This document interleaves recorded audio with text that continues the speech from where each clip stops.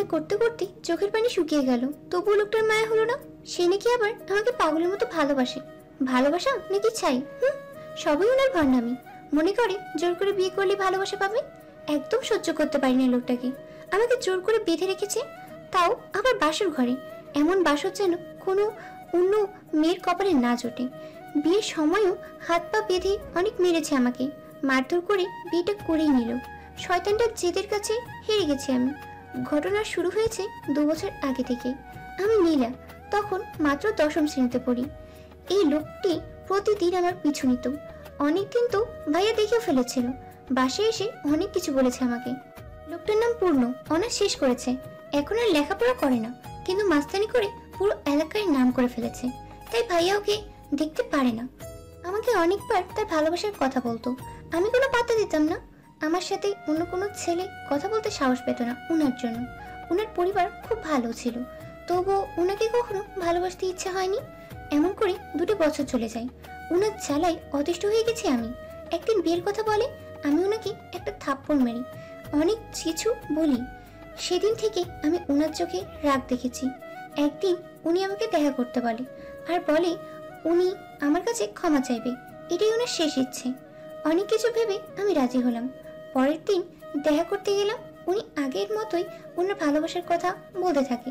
আমি রাগে চলে আসতে চাইলাম, ঠিক তখনই পিছন থেকে মুখ চেপে ধরে। পরে আর কিছু মনে নাই আমার। জ্ঞান ফিরতেই দেখি লোকটা আমার মাথার কাছে বসে আছে। বুঝতে পারলাম উনি আমাকে উনার কাছে নিয়ে এসেছে। আমি অনেক কান্না করি প্রথমে। উনি আমাকে অনেক বোঝায়, কান্না করে, ভালোবাসার কথা বলে, কিন্তু আমি চিল্লাচিল্লি শুরু করি।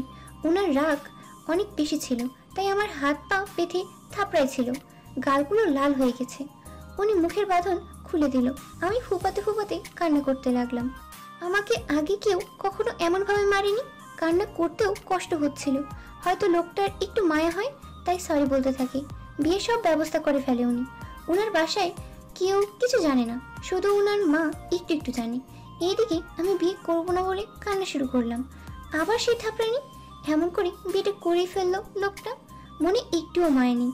উনার থাপ্পড় খেতে খেতে আমার নাক মুখ ফুলে গেছে, চোখগুলো লাল হয়ে আছে। ওরা আমার হাত মুখ বেঁধে বসিয়ে রেখেছে। আসছে উনি? হ্যাঁ, মুখ খুললেই কান্না শুরু করবো।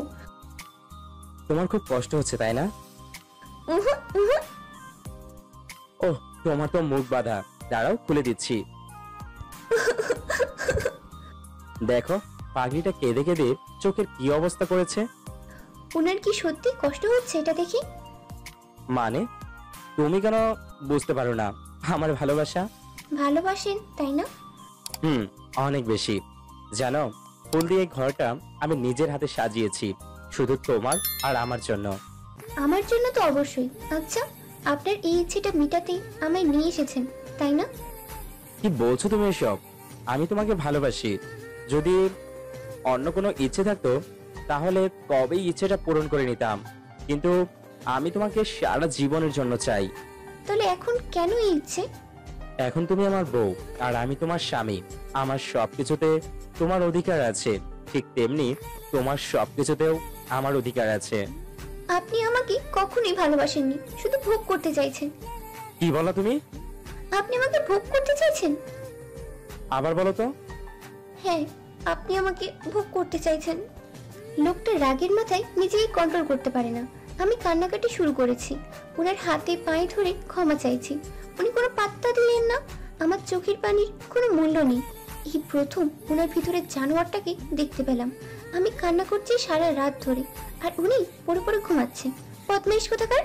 সকাল 8টা বাজে। লোকটা ঘুম থেকে উঠে দেখে আমি কান্না করছি। নীলা, চুপ করো। আর কত? আল্লাহ, এই মেয়ের চোখের পানি কবে শেষ হবে আর আমার কবে শান্তি হবে? খোদা, একটু তাকাও আমার দিকে। এখন খুব কষ্ট হয় তাই না? আমারও হয়েছিল। উফ, এই বউ, রান্না করতে যাও।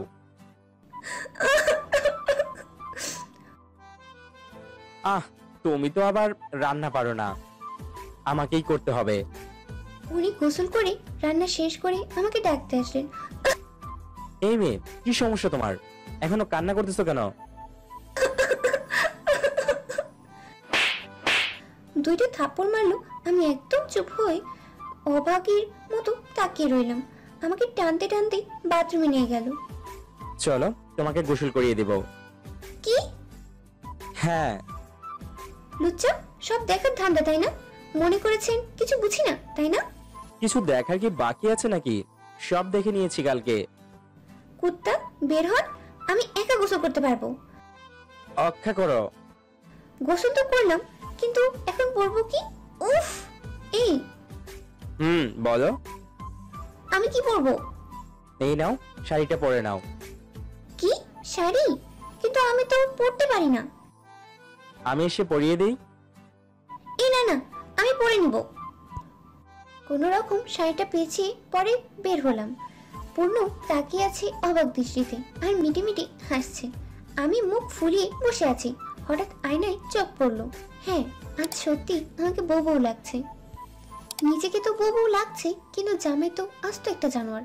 ও, জামাই বললে ভুল হবে। জানোয়ারটা একজন ধর্ষক। না জানি কত মেয়ের সাথে এমন আচরণ করেছে, কত মেয়ের জীবন নষ্ট করেছে। উফ, ভাবতেই গা শিউরে ওঠে। কিছু বললেই যেভাবে থাপড়ায়, মনে হয় আগে মানুষের গাড়ি গাড়ি ঢোল বাজাতো। আজব মানুষ, ঢোল আর মানুষের তফাৎ বুঝে না। আর যাই হোক, এর সাথে আর একদিনও থাকা যাবে না, পালাতে হবে যেভাবেই হোক। মানুষ চেষ্টা করলে সবাই পারে, সফল হতে না পারলে সেটা অন্য ব্যাপার। একটা প্ল্যান কর নিলা, নয়তো এই শয়তানটার মার খেতে খেতে জীবন শেষ করবি। শয়তানটা গেল কই দেখতে হবে। না, বাড়িতে তো নেই। আসলেই প্ল্যান অনুযায়ী কাজ করতে হবে। শয়তান আসার অপেক্ষা করি। গালে হাত দিয়ে বসে আছি। বড়রা বলতো গালে হাত দিলে জামাই মরে যায়, তাই আমি সেই চেষ্টায় আছি যদি কাজে দেয়। প্রায় 40-50 মিনিট পর আসলো সে। যা করার এখনই করতে হবে। ও আম্মা গো! আরে শোনা, আম্মু বাসায়। এত তাড়াহুড়া করলে কি চলে? ওদের না হয় কয়দিন পর জানাবো বিয়ের কথাটা। আরে, আমি কি আপনার আম্মুকে ডাকছি নাকি? আমার শরীর খারাপ লাগছে, তাই কষ্টে আম্মাকে ডাকছি। তা কেমন খারাপ শুনি? আমার মাথা ঘুরছে আর বমি বমি লাগছে, হাঁটতেই পারছি না। বাহ, আমি একদিনেই বাবা হতে চললাম। বলতে হবে মায়েরি, আমার পাওয়ার আছে। কে বাবা হবে আর কিসের বাবা হবে? আমি বাবা হব তোমার বাচ্চার। বেশ আনন্দ লাগছে আমার। দাঁড়াও, মিষ্টি নিয়ে আসছি। আরে থামেন তো, আমার আবার কিসের বাচ্চা? মানুষের। দূর, কিসব আজে বাজে কথা বলছেন। আরে আজে বাজে না, এইসব প্রেগন্যান্সির লক্ষণ আমি খুব ভালো করে জানি। আচ্ছা আচ্ছা, তাহলে তো আমাদের শিওর হওয়ার জন্য ডাক্তারের কাছে যেতে হবে, তাই না? তা তো অবশ্যই, কিন্তু তুমি তো হাঁটতেই পারছো না, কিভাবে যাবে? হুম, আমরা তো হেঁটে যাব না, গাড়ি করে যাব। হ্যাঁ, তা অবশ্য ঠিক বলছো। আচ্ছা, বিকেলে তৈরি থেকো, ডাক্তারের কাছে নিয়ে যাব। আচ্ছা। বলো, এত তাড়াতাড়ি কেউ প্রেগনেন্ট হয় না, এটাও জানে না? বিকেল 4টায় লোকটা আমাকে নিতে আসছে। তুমি রেডি? হ্যাঁ, চলেন। আরে আরে, তুমি হেঁটে কোথায় যাও? কেন? নিচে যাচ্ছি। তোমাকে কোথাও যেতে হবে না। মানে? চলো, বোকা মেয়ে, হাঁটতে পারে না আবার হাঁটতে আসছে। আমি আছি কিসের জন্য? বলেই আমাকে কোলে তুলে নিল। করে করে গাড়িতে নিয়ে বসলো। রওনা দিলাম। লোকটা আগে থেকেই আমাকে বলে রেখেছে আমি যেন রাস্তায় চিল্লাচিল্লি না করি, করলে আমাকে পাবনায় রুগী বানিয়ে দিবে, মানে পাগল। আমিও ভালো মেয়ের মতো চুপচাপ বসে আছি। সুযোগ বুঝে কূপ দিতে হবে। আমি মনের সুখে গান গাইছি। শয়তানটা আর চোখে তাকায় আমার দিকে। যেতে যেতে দেখলাম বেশ খানিকটা দূরে একটা ফুচকাওয়ালা। শয়তানটা জানে ফুচকা আমার খুব পছন্দ, তাই সে গাড়ি থামালো আর বলল আমি যেন গাড়ি থেকে নামার দুঃসাহস না করি। আমিও ভালো মেয়ের মতো মাথা তুলিয়ে হ্যাঁ বললাম। শয়তানটা তো আর জানে না আমার মাথায় কি চলছে। সে চলে যাচ্ছে ফুচকা আনতে। গাড়ির লক খোলা, এই সুযোগ আমাকে পালাতে হবে। গাড়ি থেকে নেমে আর অন্য পাশ দিয়ে দিলাম দৌড়। শয়তানটা দেখতে পাইনি। দৌড়াতে দৌড়াতে মাগরিবের আজান শুনতে পাই। একটু দাঁড়ালাম, আমি কোথায় কিছুই বুঝতে পারছি না। ওফ, বাসার কারো ফোন নাম্বারও মনে পড়ছে না। টেনশনে সব খেয়ে ফেলেছি। এত মন ভোলা হলে কিভাবে হবে? এখন আমি কি করব? বাসে কিভাবে যাব? কিছুই তো চিনি না। এতক্ষণে হয়তো জানোয়ারটা আমাকে খোঁজাখুঁজি শুরু করে দিয়েছে। আমাকে পেলে না জানি কি করে। আল্লাহ, এখন থেকে ভাগ্যে আমি। দৌড়াতে দৌড়াতে পেটের নিচে ব্যথা শুরু হয়ে গেছে। বেশ খিদা পেয়েছে। মানুষের কাছে জিজ্ঞেস করতে করতে রেলওয়ে স্টেশনে চলে আসলাম। স্টেশনটা বেশ চেনা চেনা লাগছে। হঠাৎ মনে পড়লো এইটা চট্টগ্রাম রেলওয়ে স্টেশন। 2 বছর আগে নানুর সাথে আসছিলাম। ভেতরে গিয়ে দেখি এটাই লেখা ছিল। জানতে পারি ঢাকা যাওয়ার ট্রেন রাত 10:30 আসবে। আমাকে অপেক্ষা করতে হবে। এখন 8টা বাজে। আমার কাছে টিকিটের টাকাও নেই। যেভাবেই হোক আমাকে চুরি করে লুকিয়ে হলেও ঢাকা যেতে হবে। এই জানুয়ারির থেকে বাঁচলে হয় আমার। এদিকে পেটের ভেতর থেকে মিছিল হচ্ছে খাবার দে বলে। এত এত খাবারের ছুরি নিয়ে বসে আছে লোকজন, আর আমি টাকার অভাবে খেতে পারছি না। এখন আমার খুব জোরে চেঁচিয়ে বলতে ইচ্ছে করছে, আমাকে ভাত দে, নয়তো আমি তোদের পিঠে খেয়ে নেব। এসব ভাবতে ভাবতে একটা কোণে পিঠ থেকে দাঁড়ালাম। কেউ দেখে ফেলবে বলে মুখ নিচু করে বসে পড়েছি। কত হাসি খুশি ছিলাম আমি। আমার সাথে এমনটা না হলেও পারতো। আমি কি ওনার কত ক্ষতি করেছি? আমি শুধু নিজের মতো বাঁচতে চেয়েছিলাম, আর কিছু না। আচ্ছা, বাসার সবাই কি আমাকে খুঁজছে? আমাকে কি তাদের মনে পড়ে? আর ওই ছোট্ট গোলাপ গাছটা কি শুকিয়ে গেছে, নাকি কেউ যত্ন করে? ভাবতে ভাবতে চোখে পানি চলে এসেছে। সবাইকে খুব মনে পড়ছে এখন। প্রচুর পানি পিপাসা পেয়েছে। ঘেমে একাকার হয়ে গেছি। এখন পানি খেতে না পারলে মনে হয় মরে যাব। মাথা তুলতেই দেখি সেই লাল লাল চোখ আমার সামনে চলে এসেছে। আমার দিকে তাকিয়ে আছে এক দৃষ্টিতে, হাতে পানির বোতল। মনে হয় আমাকে পানির সাথে মিশিয়ে খেয়ে ফেলবে। লোকটা পানির বোতল আমার দিকে এগিয়ে দিল। আমিও কিছু না বলে খেয়ে নিলাম, কারণ আর 5 মিনিট আমি পানি না খেয়ে থাকলে মনে হয় মরে যাব। এই কি, পানি খাওয়ার সাথে সাথে মাথা ঘুরতে লাগলো। কিছু বলার আগেই আমি পড়ে যাচ্ছিলাম। কেউ ধরে ফেললো। মুখ দেখতে পারলাম না। এরপর কি হলো আমি কিছুই বুঝতে পারিনি। নিজেকে আবিষ্কার করলাম অন্ধকার রুমে, সে লাল টুকটুকে চোখের সামনে। চোখগুলো আমার দিকে তাকিয়ে আছে। আমি ভয়ে কাচুমুচু হয়ে বসলাম আর ভাবতে লাগলাম আজকে ঝড়ের নাম কি দেওয়া আছে। এমন রাগি রাগি মুখ দেখে আমার তো হিসু পেয়ে গেছে। ও নো, এখন কি করি? এটা তো বলা যাবে না। পরিবেশ খুব গরম এখন। প্রায় 5 মিনিট পর নীরবতা ভেঙে লোকটা আমাকে 4-5টা থাপ্পড় দিল। লুকোচুরি খেলা খুব মজার, তাই না? আরো কিছু খেলতে মন চাইলে বলো, দুইজনেই খেলি। আমি কি? কানের নিচে আরো 2টা দিলে মনে পড়ে যাবে তুমি কে। আচ্ছা আচ্ছা। নিজেকে খুব চালাক ভাবো, তাই না? তুমি কি ভেবেছিলে তুমি আমার থেকে পালিয়ে গেছো? উফ, আমি না চাইলে তুমি এই বাসা থেকেই বের হতে পারবে না। আমি শুধু একটু গেম খেলছি তোমার সাথে। আমি জিতে গেলাম আর তুমি হেরে গেলে। এখন তো সারা জীবন তোমায় আমার সাথেই থাকতে হবে সুইট হার্ট। ভালোবাসি তোমায় খুব বেশি। জোর করে কখনো ভালোবাসা পাওয়া যায় না। চাইলেই পাওয়া যায়। আপনি আমাকে কষ্ট দিয়ে নিজে সুখী হতে পারবেন? তুমি আমাকে কষ্ট দিয়ে সুখী হতে পারলে আমি কেন পারবো না? আপনার কি আমার প্রতি কোনো মায়া নেই? সবাই নিজে সুখী হতে চায়, তুমিও চাও, আমিও চাই। তাই আমি নিজেকে সুখী করার চেষ্টা করছি। আর মায়া তো অনেক অসহায় মানুষের প্রতি আমার আছে, কিন্তু তোমার জন্য যা আছে সেটা হলো ভালোবাসা। আমি যে আপনাকে ভালোবাসি না। আমি তো বাসি, খুব বেশি, খুব। তাই বানন, আমার থেকে দৌড়ে যাবার কথা ভুলেও মাথায় এনো না। গালটা ফুলে গেছে। আর কখনো এমন করো না লক্ষ্মীটি। রাগ হলে যে নিজেকে কন্ট্রোল করতে পারি না। গো বউ, আমি যে তোমার রাগী জামাই। বলি লোকটা মিটমিটিয়ে হেসে হনহনিয়ে রুম থেকে বেরিয়ে যাচ্ছে। এদিকে আমি দু গালে 2 হাত দিয়ে বসে আছি অভাগীর মতো। আহ, কত বড় কপাল। সকাল সন্ধ্যা থাপড়ানি খেতে হচ্ছে। অনেক রাত হয়ে গেছে, কিছু একটা খেতে হবে। পেটের ভিতর যুদ্ধ শুরু হয়ে গেছে। থাপ্পড়ে তো আর পেট ভরে না।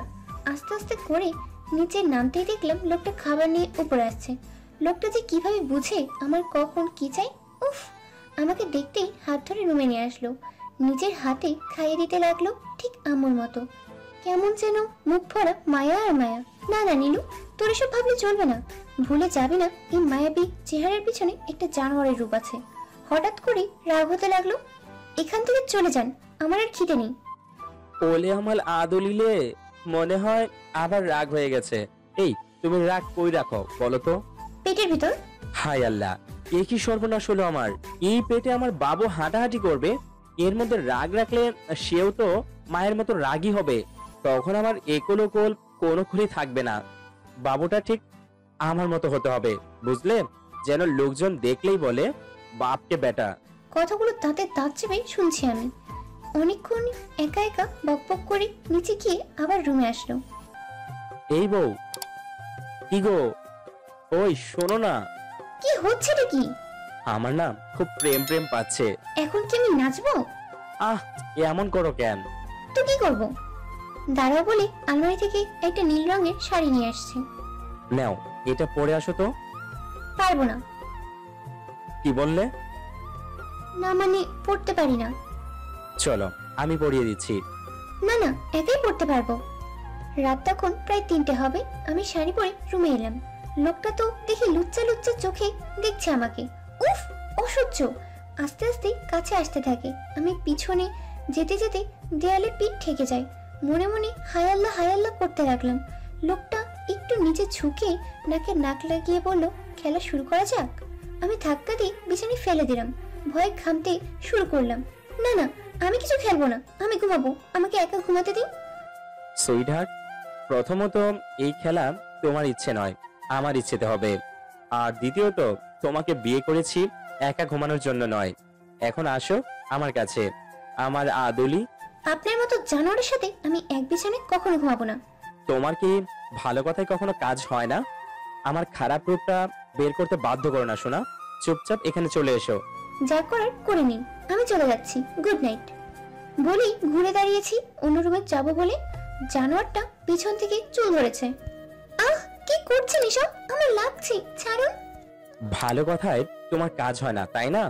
আজকের কথা সারা জীবন মনে রাখবে শোনা।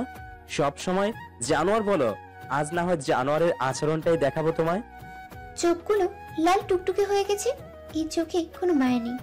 অভয়ানক সে রূপ বিছানায় ছুঁড়ে ফেলে দিল। আমি বারবার দরজার দিকে দৌড়ে যাচ্ছিলাম। একটা সময় আমার পায়ে একটা কিছু দিয়ে বেশ জোরে আঘাত করে। আমি আর্তনাদে চিৎকার করে উঠি, কিন্তু এই চিৎকার শুনবার কেউ নেই। এখন আর দৌড়াতে পারছি না। হ্যাঁ, এটাই মানুষরূপী জানোয়ার যে আমাকে ভোগ করার জন্য ঝাঁপিয়ে পড়েছে। তার প্রতিটা চুমু যেন কামড়ে পরিণত হচ্ছে। রক্তের দাগ পড়ে যাচ্ছে। প্রতিটি চুমুতে আমি ব্যথায় চিৎকার করে উঠি, কিন্তু লোকটার কানে যেন কিছুই প্রবেশ করছে না।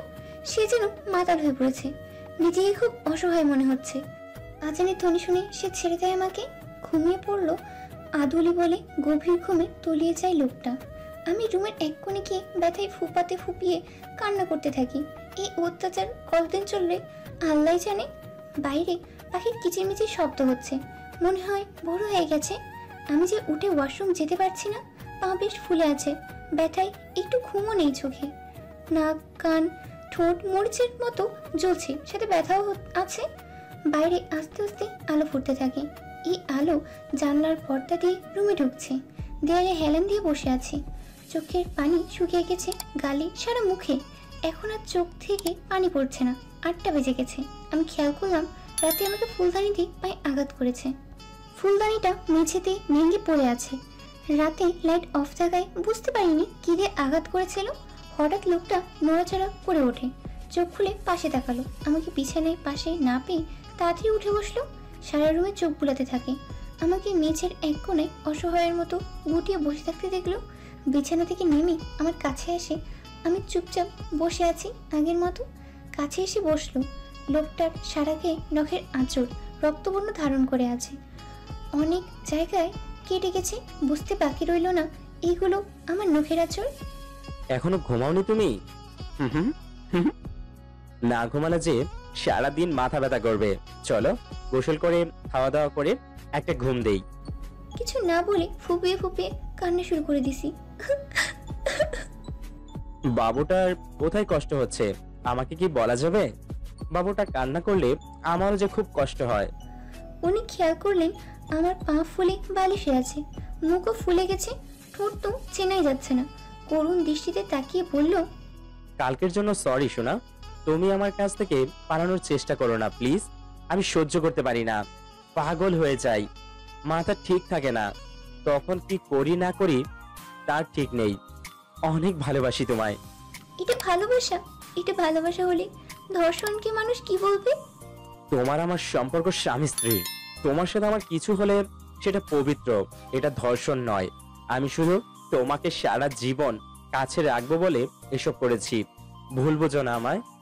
তুমি প্রেগনেন্ট হয়ে যাও, এরপর থেকে আমি আর তোমার সাথে এমন আচরণ করব না। আমাদের একটা বাবু হয়ে গেলে তুমি আমাকে ছাড়তে পারবে না। বাবুর জন্য হলেও আমার সাথে থেকে যাবে। তোমার বাড়ির লোকজনও তোমাকে জোর করে নিতে পারবে না। আমি যে তোমায় কখনো হারাতে চাই না। তোমাকে সারা জীবন কাছে রাখতে এই কষ্টগুলো দিচ্ছি বাবু। এক নিঃশ্বাসে যেন কথাগুলো বলে ফেললো লোকটা। আমি তাকিয়ে আছি তার শরীরের ক্ষতের দিকে। 2-3 মিনিট পর নীরবতা ভেঙে লোকটা আমাকে কোলে তুলে নিয়ে গেল গোসল করতে। আয়নায় তাকিয়ে এলাম একবার, মুখ ফুলে যাওয়ায় চেনাই যাচ্ছে না, কিন্তু লোকটার কোনো নজরই নেই নিজের দিকে, যেন এইরকম রক্তাক্ত হবারই ছিল। লোকটা খুব যত্ন করে আমি গোসল করিয়ে দিয়ে কোলে করে রুমে নিয়ে নিজেও করে নিল। তার চোখে এখন আর কোনো রাগ নেই, সেই মায়া, যে মায়াবী চোখ তাকিয়ে হারিয়ে যেতে চাইবে সব মেয়ে। আমি রুমে বসে বসে চুল শুকাচ্ছি। হঠাৎ লোকটা একটা তোয়ালা পরে অন্য আরেকটি তোয়ালা দিয়ে চুল মুছতে মুছতে ওয়াশরুম থেকে বের হলো। এই প্রথম লোকটার দিকে তাকিয়ে ভালো করে দেখলাম। দেখতে তো বেশ আগে থেকে হিরো। ভেজা চুলে নাকি মেয়েদের দারুণ লাগে। এখন তো দেখছি ছেলেদেরও কম কিউট লাগে না। ভাবতে ভাবতে চোখ পড়লো লোকটার বুকের দিকে, লোমে ভরা ছিল। ইচ্ছে করছে গিয়ে একটা চিমটি কেটে দিই। আমি বারবার আর চোখে তাকাই লোকটার দিকে।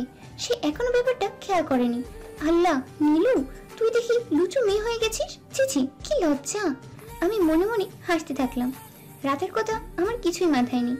এখন কি হচ্ছে আমি তো এই ভাবনে মরি। কিছুক্ষণ পর আমার সামনে কোমরে হাত দিয়ে দাঁড়ালো লোকটা। আমি তো ভয়ে শেষ, না জানি আবার কি করলাম। ইয়া আল্লাহ, এবারের মতন বাঁচিয়ে দিও। এই যে দিচ্ছি, এত বেলা হলো এখনো কি খিদে পাইনি আপনার? খিদা তো সে কখনই পেয়েছিল। ফ্রিজে তো খাবার রাখা ছিল। আমার পা। ও সরি সরি, দাঁড়াও আমি খাবার নিয়ে আসছি। না, আমি নিচে যাব। তোমার পা? পায়ে হেঁটে যাব কেন? কুলিপ করে নিয়ে যান। আমার বউ তো আমার থেকেও বেশি রোমান্টিক। কথাটা বলতে আমি একটা ভেঙচি কেটে দিলাম। লোকটা আমাকে কোলে করে নিয়ে যাচ্ছে। আমি তার শরীরের গন্ধ নিচ্ছি। মানুষের গায়ে একটা আলাদা গন্ধ থাকে। আমি এটা উপভোগ করতে লাগলাম। আমাকে নিয়ে টেবিলের সামনে বসলো। অনেক খাবার সাজানো আছে টেবিলে। উনি নাকি নিজের হাতে আমার জন্য রান্না করেছেন। না, লোকটা অতটা খারাপ না, শুধু রাগ হলে জানোয়ার হয়ে যায়। এটা ছাড়া সব ঠিক আছে। উনি নিজের হাতে খাইয়ে দিচ্ছেন আমাকে, আর ছোটবেলার গল্প জুড়ে দিলেন। আমিও মন দিয়ে শুনছি, আর উনার ছোটবেলার দুষ্টুমুষ্টি কাণ্ড শুনে দুজন হাসতে হাসতে লুডুবুডি খাচ্ছি। লোকটাকে এখন পুরোপুরি বাচ্চা বাচ্চা লাগছে, যেন খুব নিষ্পাপ। নতুন নতুন ভালো লাগা তৈরি হচ্ছে, কিন্তু আমি বুঝতেই পারছিলাম না। খাওয়া দাওয়া শেষ করলাম। বাসায় কয়েকজন কাজের জন্য বহিষ্ক মহিলা আছে। ওরা গ্রামের, খুব মিশুক। ওদের সাথে গল্প করতে খুব ভালো লাগে আমার।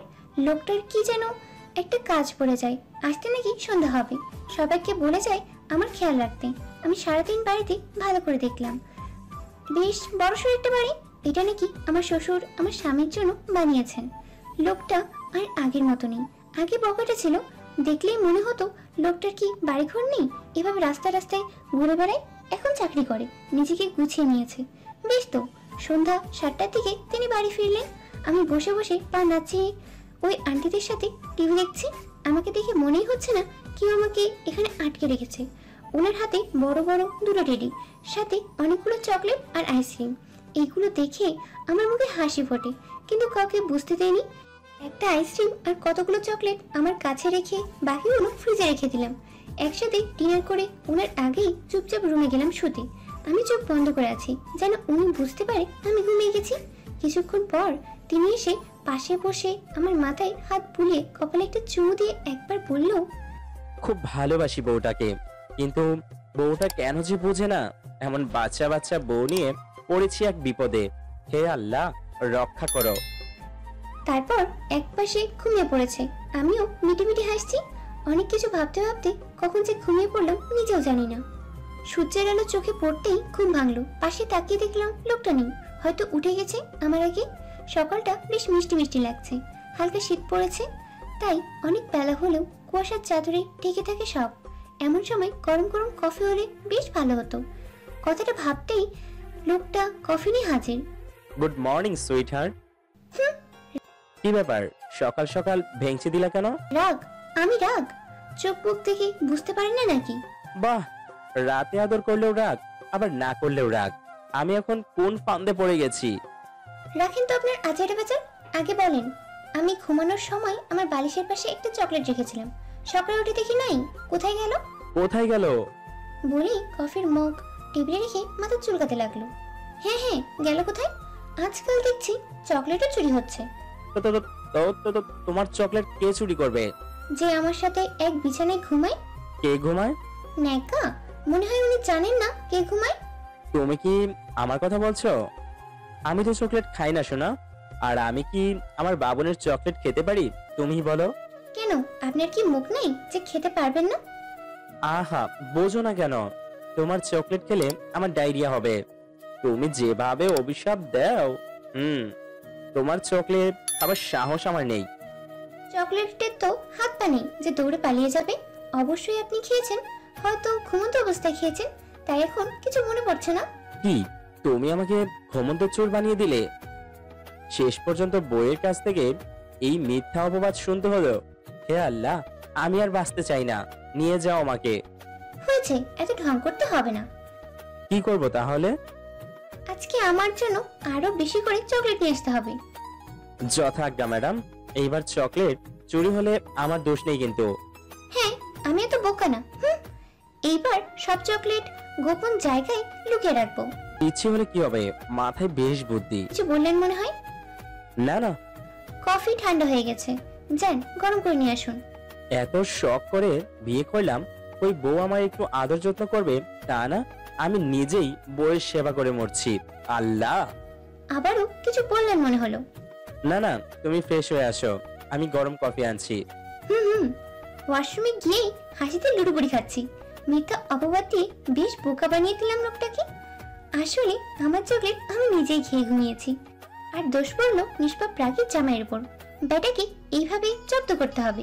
একটু একটু ভালো লাগা তৈরি হচ্ছিল। ফ্রেশ হয়ে নিচে নামলাম। নিচে গিয়ে দেখি ওনার ছোট বোন স্বর্ণা এসেছে। স্বর্ণা খুব মিশুক একটা মেয়ে, আমরা একসাথেই লেখাপড়া করছিলাম। ওকে দেখেই গল্প জুড়ে দিলাম। একসাথে লাঞ্চ করলাম তিনজন। উনি বিকেলে অফিসে যাওয়ার জন্য তৈরি হচ্ছে। এমন সময় স্বর্ণা তার ভাইয়ের কাছে বায়না ধরেছে শপিংয়ে যাবে। ভাইয়া, আমি শপিং করতে যাব। কাল নিয়ে যাব। না, আজ যাব। কিন্তু আমার তো অফিসে একটা জরুরি কাজ আছে বোনটি, কালকে যাই প্লিজ। আমি ভাবির সাথে যাব। লোকটা অন্য কিছু বলতে পারলো না, জানে বোন কষ্ট পাবে, আর উনি ওনার বোনকে খুব ভালোবাসেন। ঠিক আছে, ভাবিকে নিয়ে যা। আর তুমি একদম ভুলেও পালানোর চেষ্টা করো না। তোমার দিকে সবসময় আমার লোকেরা নজর রাখবে। ওকে শোনা? কথাটা আমাকে কানের কাছে এসে আস্তে করে পড়লো। আমি মাথা নেড়ে ঠিক আছে জবাব দিলাম। বিকেল বেলা আমরা বেরিয়ে পড়লাম শপিং এর উদ্দেশ্যে। আমি আর স্বর্ণা মন করে শপিং করতে লাগলাম। আমার জন্য কয়েকটি শাড়ি আর 3 পিস, আর ওনার জন্য শীতের জন্য একটা চাদর কিনে নিই। খুব ভালো লাগছে। শপিং মল থেকে বেরিয়ে গাড়িতে উঠতে যাব এমন সময় সামনে সাথে দেখা। একসাথে এক স্কুলে লেখাপড়া করতাম আমরা, বেস্ট ফ্রেন্ড ছিলাম। কলেজে উঠে আলাদা হয়ে যাই। অনেক দিন পর দেখা, দেখতে পেলেই জড়িয়ে ধরলো।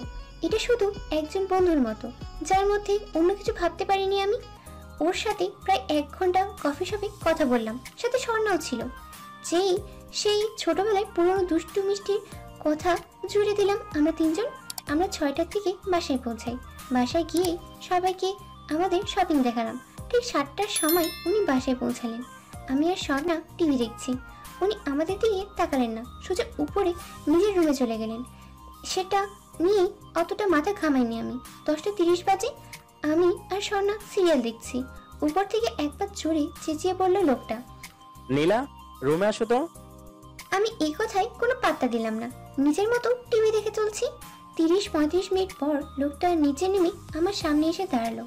চোখ মুখ রাগে লাল হয়ে আছে। আমি এই রাগের কারণ খুঁজে পেলাম না।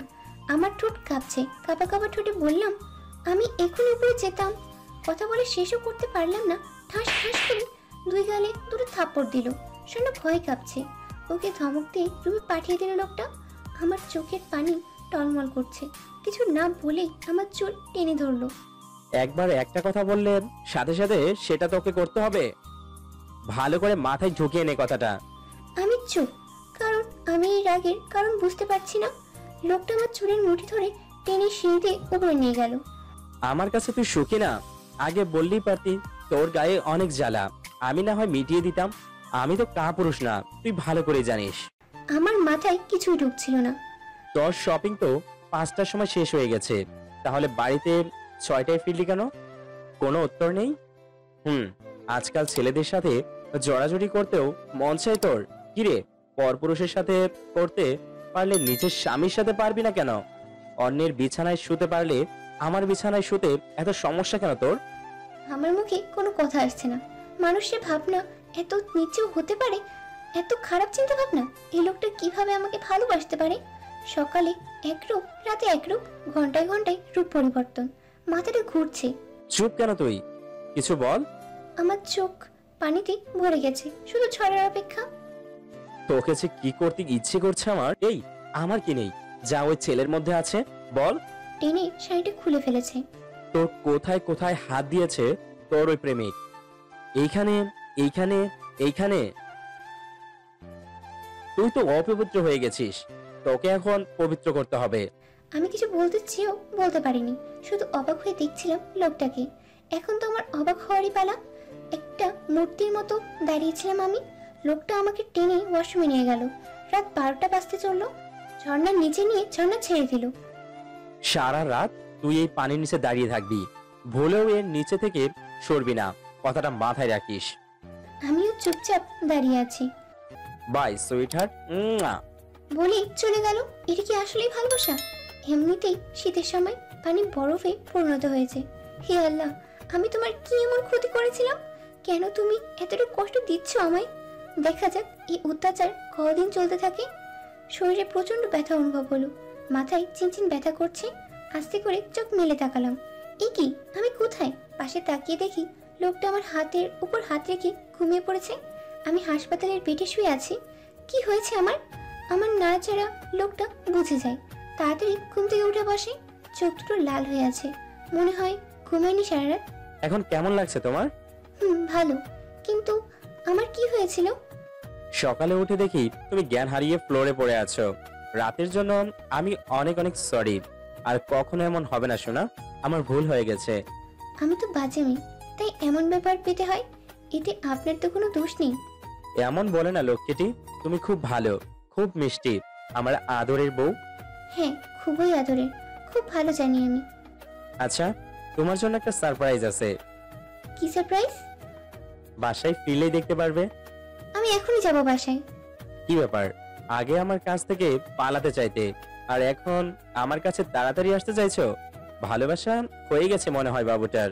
আমাকে একটু একা থাকতে দিন প্লিজ। আচ্ছা, তুমি রেস্ট নাও, আমি ডাক্তারের সাথে কথা বলে আসছি।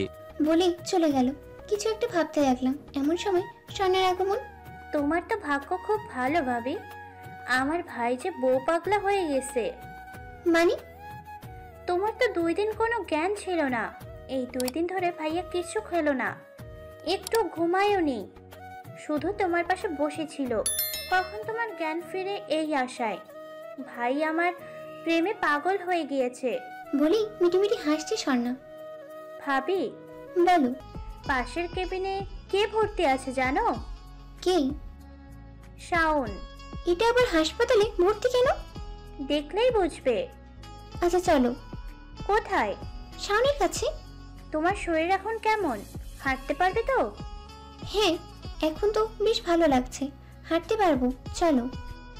আস্তে আস্তে করে পাশের কেবিনে গেলাম। এ কি, শাওনের এই অবস্থা কিভাবে হলো? একটা পা উপরে ঝুলানো, সারা গায়ে ব্যান্ডেজ। আমি গিয়ে পাশে বসতেই শাওন চোখ খুললো। আমাকে দেখে ভয় কাঁপতে লাগলো। আমি মাথায় হাত দিতেই বলে উঠলো, তুই আমাকে ধরিস না আম্মা। আগে জানলে আমি কখনো তোর দিকে তাকিয়ে কথা বলতাম না। তুই আমার আম্মা, আব্বা, দাদি রানী সব মাফ করে দেখালাম মা। কে রে, মাথায় প্রবলেম হয়েছে নাকি তোর? কি বলছিস এইসব আবল তাবল?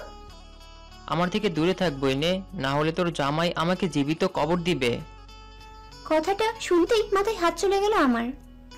হায় আল্লাহ, এই লোকটাকে কি যে করতে ইচ্ছা করে, কোনো কিছুরই হুঁশ জ্ঞান নেই। রাগ হলে কি করে না করে নিজেও জানে না। অনেকক্ষণ ধরে বসে আছি বেডে, লোকটা আসলো। চলো সুইট হার্ট, তোমার যাবার সময় হয়ে গেছে।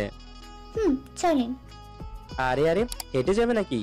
হ্যাঁ, নয়তো কি হাসপাতালের ভেতরে গাড়ি এনে গাড়ি করে যাব নাকি? ওহ, আমি আছি কি করতে তাহলে? বলেই কোলে তুলে নিল, নিয়ে গাড়িতে বসালো। আমার তো সামনের অবস্থা দেখে মাথায় আগুন জ্বলছে। আমি বড় বড় করে তাকিয়ে আছি লোকটার দিকে। মা গো মা, এমন ভাবে তাকিয়ে আছো যেন আমাকে পানি দিয়ে গিলে খাবে। হ্যাঁ, খাবো। বুঝতে পারছি তোমার খুব খিদে পেয়েছে। আমাকে খেও না প্লিজ, আমি তোমাকে ভালো ভালো খাবার রান্না করে খাওয়াবো। আজে বাজে কথা বলবেন না। আগে বলুন, সামনের এই অবস্থা কে করেছে? তোমার স্বামী। আচ্ছা, আপনি এটা কেন করলেন? আল্লাহ, তুমি মেনে নিয়েছো আমি তোমার স্বামী? না, মানি না, আর কখনো মানবো না। আগে বলুন, আমার স্বামী এটা কেন করলো? তোমার স্বামী এটা মানতে পারেনি। কোনটা? ওই যে তার মিষ্টি বউটাকে কেউ জড়িয়ে ধরবে এটা। শাওন আমার বেস্ট ফ্রেন্ড। ফ্রেন্ড বলে ঘষাঘষি করতে হবে? দূর থেকে কথা বললে হয় না? ওর ভাগ্য ভালো বলে হালকা মেরে আবার হাসপাতালে ভর্তি করে দিয়ে এসেছি। দ্বিতীয়বার কেউ এমন করলে মেরেই ফেলবো। আমার বউকে স্পর্শ করা ভালো করে মজা বুঝিয়ে দেব। ভালো করে বুঝিয়ে বললেই হতো। অত শত বুঝতে পারি না আমি। হ্যাঁ, শুধু মারামারি করতে পারেন? হ্যাঁ, তা বেশ ভালো পারি। আহ, ফাঁকতে পড়েছি আমি বিপদে। কিছু বললে? কই না তো। আর তুমি ভালো করে শুনে রাখো, তোমার ভাই, আব্বু, কাছের আত্মীয় স্বজনরা ছাড়া যেন অন্য কেউ জড়িয়ে ধরতে না পারে। ধরলে খুব খারাপ অবস্থা হবে, এই বলে দিলাম। কার? তোমার আর যে ধরবে তার, দুজনেরই। তোমাকে ধরবো আমি, ভালোবাসবো আমি, আদর করব শুধুই আমি, মাঝে মাঝে রাগও দেখাবো সেটাও আমি, অন্য কেউই না। ভেঙচি দিলা কেন? আমার ইচ্ছা। ওহ, যা হবে সব আমার ইচ্ছাতে। তোমার ইচ্ছাতে কিচ্ছু হবে না। তাই? হ্যাঁ, তুমি এখনো আমার কাছে আছো, কারণ এটা আমার ইচ্ছে। যদি আমাকে চুরি করে নেয় কেউ? পারবে না, তোমাকে কেউ নিতে পারবে না আমার থেকে। তুমি যে আমার নিঃশ্বাস, তোমায় ছাড়া বাঁচি কি করে বলো? খুব ভালোবাসেন? ভালোবাসি কিনা জানি না, কিন্তু তোমাকে আমার প্রয়োজন, খুব প্রয়োজন, ঠিক অক্সিজেনের মতো। তুমি ছাড়া আমি অচল। তুমি নেই আমি নেই, তুমি আছো আমিও আছি। নীরব হয়ে দেখছি, এই চোখে শুধু আমার জন্য ভালোবাসা নয়, আমাকে হারানোর ভয়ও আছে। আমাকে অন্য কারোর সাথে দেখলেই তার রাগ হয় খুব। এটা হয়তো ভালোবাসা। আমাকে অন্য কারো হাতে দিতে চাই না সে।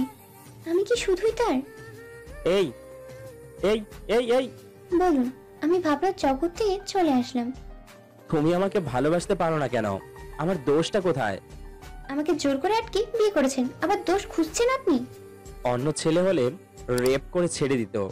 আমি তোমাকে ভালোবাসি বলে বিয়ে করে পরে স্পর্শ করেছি। একই তো কথা। তোমাকে জোর করে স্পর্শ করার কোনো ইচ্ছে আমার ছিল না। আমার একটা বাবু চাই, ঠিক তোমার মতো। সারা বাড়ি নাচানাচি করবে, আমাকে আব্বু বলবে, তোমাকে আম্মু বলবে। বাচ্চাটা হয়ে গেলে সব তোমার ইচ্ছাতে হবে, তুমি যা বলবে তাই। তুমি যদি আমাকে ফ্লোরে ঘুমাতে বলো আমি তাই করব, প্রমিস। খুব ভালোবাসি তোমায়, এই জন্য তোমার আর আমার জন্যই করছি। লোকটার চোখে কত স্বপ্ন, সবকিছুই ঠিক আছে, শুধু রাগটা বেশি। আমার রাগী জামাই। মিটি মিটি হাসতে লাগলাম। আমি ওনার কথা শুনতে শুনতে বাড়ির সামনে পৌঁছে গেলাম। বাড়িতে ঢুকতেই আমি অবাক হয়ে গেলাম। বাসায় ঢুকেই যে এত বড় সারপ্রাইজ পাবো তা আগে ভাবতেই পারিনি। আমার সামনে আমার আম্মু, আব্বু, ভাইয়া, ওনার আম্মু আব্বুও বসে আছে। আমি গিয়ে আম্মুকে জড়িয়ে ধরে কান্না করতে লাগলাম। অনেকদিন পর তাদের দেখতে পেলাম, খুব ভালো লাগছে।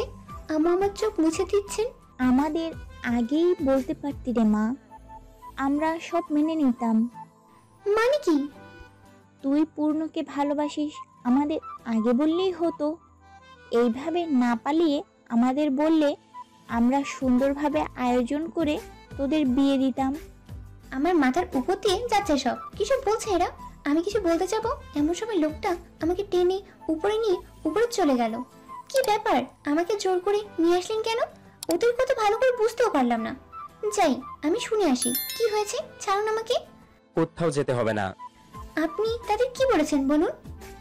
উফ, বলবো না। বলুন না প্লিজ। আচ্ছা, বললে কি দিবে? আমার কাছে তো কিছু নেই, কি বা দেব? উফ, কিছু তো দিতে হবে, নয়তো বলবো না। আচ্ছা দিব। কি দিবে শুনি? আমার বুঝি লজ্জা করে না? ওরে আমার লজ্জাবতী রে, বলতে এত লজ্জা পেলে দিবে কিভাবে? আগে বলুন, পরে দিয়ে দিব। আগে বলো কি দিবে, পরে বলে দিব। আমি একটা তুমি একটা কি? আমি একটা চুমু দিব। ওলে বাবা লে, কোথায় কোথায় দিবে? দিলেই তো দেখবেন। এখন বলুন কি বলেছেন ওদের? বলেছি। কি? বলেছি আমরা দুজন 4 বছর ধরে প্রেম করছি। বাসার কেউ হয়তো মেনে নিবে না, সেই ভয়ে ওদের না বলে পালিয়েছি। কি? হ্যাঁ। কুত্তা বিলাই শয়তান, লোকটা হাসি শুরু করেছে। আমি রাগি ওনার চুল ধরে টানছি, প্রায় 5 মিনিট ওনার চুল টেনে ছিঁড়েছি। আরে থামো থামো। না থামবো না। আপনি এত বড় মিথ্যা বললেন, মিথ্যু একটা। কিসের মিথ্যে? বিয়ের আগে প্রেম না করলেও তো বিয়ের পর করছি এখন।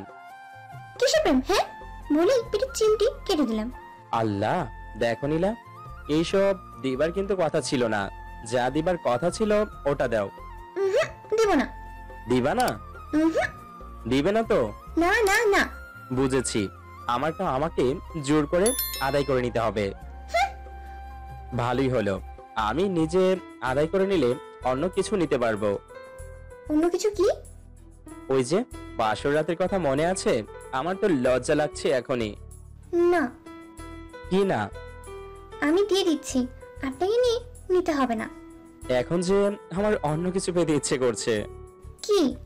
বুঝে নাও সোনা। বলে ওনার নাকটা আমার নাকের কাছে নিয়ে আসে। আমি তাড়াতাড়ি করে ওনার কপালে একটা চুমু দিই, দৌড়ে পালিয়ে নিচে চলে আসলাম। নীলা, একদম দৌড়াবে না। ধুর, চাইলাম কি আর পাইলাম কি? কপালে না দিয়ে তো ঠোঁটেও দিতে পারতো। আহা, এই কষ্ট কইছে রাখি। নিচে কি দেখি সবাই গল্প করছে, আমিও কি বসে পড়লাম। আমি তো আজকেই আমার বৌমাকে বাসায় নিয়ে যাব। সে না হয় নিবেন, আমাকেও কিন্তু কিছুদিনের জন্য আমার মেয়েকে দিতে হবে। বিয়ান, এখন কিন্তু আপনার মেয়ে নয়, এখন এটা আমার মেয়ে। আমার মেয়ে খুব লাকি যে এমন স্বামী আর শ্বশুর শাশুড়ি পেয়েছে। আপনার মেয়েও কিন্তু কম মিষ্টি নয় বেয়ান। সবাই হাসাহাসি করছে, তাই আমি আর সত্যিটা বললাম না। সবাই যখন খুশি তাহলে এটা মেনে নেওয়াই ভালো। লোকটা তো খারাপ না, আমাকেও খুব ভালোবাসে। ওনার রাগ হবে এমন কিছু না করলেই হবে। তিনিও নিচে নামলেন। পূর্ণ সবকিছু গুছিয়ে নে, আজই তোদের বাসায় নিয়ে যাব। কিন্তু আম্মু, আমার অফিস। কিছুদিনের জন্য ছুটি নে, কিছুদিন আমাদের সাথে থেকে কিছুদিন নীলাদের বাসায় থেকে চলে আসবি। মেয়েটার কথা ভাব একবার, কতদিন ধরে নিজের বাড়িতে যেতে পারে না, হয়তো খুব কষ্ট হচ্ছে মেয়েটার। আচ্ছা, আমি অফিসে ফোন করে ছুটি নিয়ে নিচ্ছি। আমি তো বেশ খুশি, অনেকদিন পর বাড়ি যাব। উনি অফিস থেকে 7 দিনের ছুটি নিয়ে নিলেন। আমরা সবাই রাতে ডিনার করে বেরিয়ে পড়বো ঢাকার উদ্দেশ্যে। এখন সন্ধ্যা, আমার শাশুড়ি মা বসে বসে টিভি দেখছে। আমি রুমে বসে বসে পা নাচানাচি করছি। এমন সময় রুমে লোকটার আগমন। এই যে ম্যাডাম, খুশিতে যে পা দুলাচ্ছেন, সব ব্যাগে গোছাবে কে? কেন? সব তো আপনিই গুছিয়ে নেবেন। হ্যাঁ, পাইছো তো একটা বিনা পয়সায় চাকর। কাজ করাও, কিন্তু কোনো বকশিস দাও না। বইয়ের কাজ করে দিলে চাকর হয়ে যায় বুঝি? বউয়ের কাজ করলে চাকর হয় না, শালির কাজ করলে হয়। তুমি তো আমার শালি, তাই না? কেন দাও আমায় গালি? আল্লাহ, আমাকে একটা শালি দিলে পারতে। শালিটা দোলাভাইয়ের কষ্ট বুঝতো, মাঝে মাঝে আদর ভালোবাসা দিয়ে ভরে দিত। আমি তো শালিকে চোখে চোখে রাখতাম। লুচ্চা কোথাকার, বইয়ের সেবা করতে পারে না, আবার শালি শালি করে মরে। শালি মানেই তো মনের অর্ধেক জায়গা তার। আহা, আপনার মন আমি টেনে ছিঁড়ে নিব, এরপর দেখবো কত মানুষের জায়গা হয় এতে। আচ্ছা, তোমার 2 থেকে 3টা সুন্দর সুন্দর ছোট বোন থাকলে আমরা কত মজা করতাম, তাই না? কেন আমি বুঝি সুন্দর নই? আমাকে পছন্দ হয় না? হয় হয়, কিন্তু বউ আমার মনের কথা বোঝে না। হ্যাঁ, শুধু এটাই করতে পারবে, আর কিছুই পারবে না। তাতে আপনার কি? আমার বউ? বইয়ের জন্য তো এইটুকু কাজ করতেই পারেন আপনি। না, পারি না। কেমন জামাই রে বাবা! খুবই সহজ সরল জামাই, যেমনে নাচাবে তেমনি নাচবে। ঢং, রুমে এসে যেন দেখি সবকিছু ব্যাগে গোছানো। মহারানীর হুকুম তো মানতেই হবে। আমি আবার নাচতে নাচতে আমাদের পাশে গিয়ে বসলাম। আজ যেন খুশির সীমানা নেই আমার। আমার আর ওনার পরিবারও আমাদের দেখে খুব খুশি। উনি আমাদের দুজনের জিনিসপত্র ব্যাগে ভরে নিলেন। একটা লাল রঙের পাঞ্জাবি পরে নিলেন আর আমি লাল শাড়ি। ওনাকে বেশ সুন্দর লাগছে, দুজনাকে নতুন জামাই বউ লাগছে। আমরা সবাই তৈরি হয়ে বেরিয়ে পড়লাম। বাইরের একটা রেস্টুরেন্টে ডিনার করে রওনা দিলাম ঢাকার উদ্দেশ্যে। ভোরে ঢাকা পৌঁছে গেলাম। অনেকদিন পর নিজেদের এলাকায় খুব ভালো লাগছে। সবকিছু কত আপন। প্রথমে শ্বশুর বাড়ি নিয়েই গেল আমাদের। শ্বশুর শাশুড়ির আদর যত্নে কমতি নেই, ঠিক যেন নিজের বাবা মা। ওনাদের আদরে লোকটার খারাপ ব্যবহারগুলো ভুলেই গিয়েছিলাম। আমিও ওনাদের মেয়ের মতো হবার চেষ্টা করে যাচ্ছি। আমি চাই না আমার জন্য তারা কষ্ট পাক। আমাকে পেয়ে যেন ওনাদের পরিবারটা পরিপূর্ণ হয়েছে। নিজের ছেলের থেকে বেশি আদরের হয়ে গেল বৌমা। ওখানে 3 দিন থেকে আমাদের বাড়িতে চলে আসলাম। বাড়ি এসে আমি নিজের মতো করে থাকলাম 3 দিন। এই 6 দিন লোকটার সাথে আমার বেশি কথা হয়নি। আমরা নিজেদের মতো ব্যস্ত ছিলাম। লোকটা এসেছিল কথা বলতে, কিন্তু আমি সুযোগ দিইনি। ওনার ছুটির সময় শেষ, আবার আমাদের চলে যেতে হবে। সবার কাছ থেকে বিদায় নিয়ে নিলাম। তারপর রাতের ট্রেনে রওনা দিলাম চট্টগ্রামের উদ্দেশ্যে। চুপচাপ বসেছিলাম। উনি এসে কথা বলতে থাকে আর আমাকে হাসাতে লাগলো। সারা রাত গল্প করতে করতে কখন যে ভোর হতে চলছে আমরা কেউ বুঝতে পারছিলাম না। গল্পে গল্পে ভালো লাগা বাড়তে থাকে। সকাল সকাল বাড়ি চলে আসলাম। সারা রাত ঘুম হয়নি, তাই ফ্রেশ হয়ে শুয়ে পড়লাম। লোকটা নিচে কি যেন কাজ করছিল। বিকেলে ঘুম ভাঙলো। চোখ খুলতে দেখলাম আমি লোকটার বুকে মাথা রেখে হাতে হাত রেখে শুয়ে আছি। মন ভরে দেখতে থাকলাম লোকটাকে। আহ, কি মায়া যেন। সারা জীবন এই বুকে মাথা রেখে থাকতে চাই আমি। এমন সময় ওনার ঘুম ভাঙে। আহ, ঘুম ভাঙার আর সময় পেল না। লজ্জায় লাল হয়ে গেলাম আমি। ওনার চোখে আমার চোখ পড়তেই চোখ নামিয়ে নিলাম আমি। মাথা নিচু করে আছি আমি। আমার বউটা বুঝি লজ্জা পাচ্ছে? আচ্ছা, তাহলে তো এমন কিছু করতে হবে যেন বউটা লজ্জা পায়। ঢং। এখন তো কিছুই করলাম না জানটি। ছাড়ুন তো। ছাড়বো না। আমার কাজ আছে। আমাকে আদর করা ছাড়া অন্য কোনো কাজ নেই তোমার? এখন ছাড়ুন, পরে আদর করে দিব। সত্যি তো? মুয়া। তারপর এক দৃষ্টিতে তাকিয়ে আছে আমার দিকে। এই নজরে লুকিয়ে আছে আমার জন্য খুবই ভালোবাসা। আমি যেন হারিয়ে যাচ্ছি ওনার মাঝে। এমন দুষ্টু মিষ্টি খুনসুটি চলছে আমাদের মাঝে। আমি যেন লোকটাকে ভালোবেসে ফেলেছি। এখন আর উনি রাগ করে আগের মতো আচরণ করে না। এখন ওনার পক্ষে মাথা না রাখলে আমার ঘুম হয় না। ওনার অফিস থেকে ফিরতে দেরি হলে কেমন যেন নিজেকে ফাঁকা ফাঁকা লাগে। এমন ভাবে চলে যায় 2 মাস। হঠাৎ আমি অসুস্থ হয়ে পড়ি। উনি 3 দিনের জন্য দেশের বাইরে গেছেন। ওনাকে অসুস্থতার কথা জানেনি এখনো। শুধু শুধু চিন্তা করবে, তাই না বলাই ভালো। ডাক্তার আসে আমাকে দেখতে। ওনার কথা শুনে আমি অবাক হয়ে গেলাম। আমি প্রেগনেন্ট, তাই এমন খারাপ লাগছে? এখন একটু এমন লাগবেই। খুব খুশি লাগছে, আবার খারাপও লাগছিল। আজ উনি পাশে থাকলে খুশিতে করে নিয়ে নাচতো। খুব মিস করছি ওনাকে। আজ খুব একা মনে হচ্ছে নিজেকে। ডাক্তার কিছু ওষুধ দিয়ে আর রেস্ট থাকতে বলেছেন। বেশি দৌড়ঝাঁপ করা নিষেধ, এসব বলে চলে গেলেন ডাক্তার। উনি এই খবরটা শুনে খুব খুশি হবে। উনি কালকেই দেশে ফিরবেন। খুশিতে নাচতে ইচ্ছা করছে আমার। এই দিনটার জন্য ওনার এত অপেক্ষা। এসব ভাবতে ভাবতে ঘুম আর আসছে না। ঘুম আজকে পালিয়ে বেড়াচ্ছে। ওনার কিভাবে বলবো, কিভাবে বললে উনি সারপ্রাইজ হবে, এসব ভাবতে ভাবতে ভোর হলো।